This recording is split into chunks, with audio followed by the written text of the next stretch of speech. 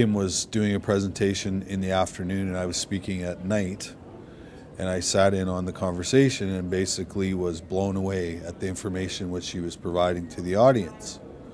So as soon as she was done, I went over to her and I basically said, "Hey, you just changed my life, and I think you'll be working with me for the rest of yours."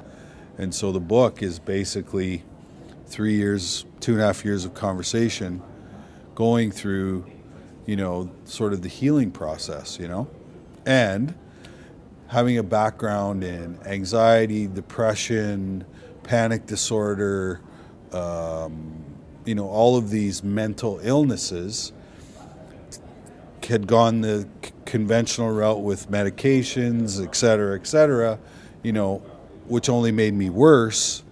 This is the first time in my life where I actually had some relief from those feelings through a very safe and vulnerable conversation.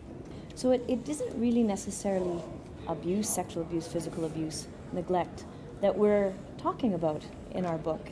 It's that bigger picture of the human experience and how that shapes all of our behavior and why we have the relationships patterns that we do.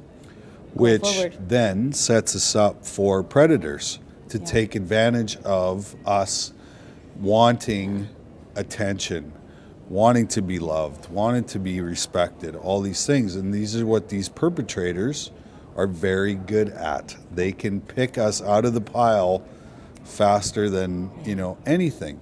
So initially, I'd focus all of my attention on the sexual abuse which happened to me as an adolescent. Well, at the end of the day, it had nothing to do with that, other than that the experience, the physical experience of that was, damaging and horrifying and all that stuff. But really, it's what I saw as a child, how my parents and the people in my environment at that time interacted with one another was essentially a learned behavior. So now I'm an adult getting into relationships. What am I doing? I'm repeating this behavior.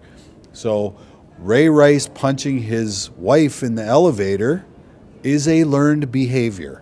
And yes, it looks horrible, it looks awful, but the compassionate side of looking at that situation is that that's a learned behavior. And it needs help. And it needs help, and it needs compassion, it needs understanding, not pointing the finger at.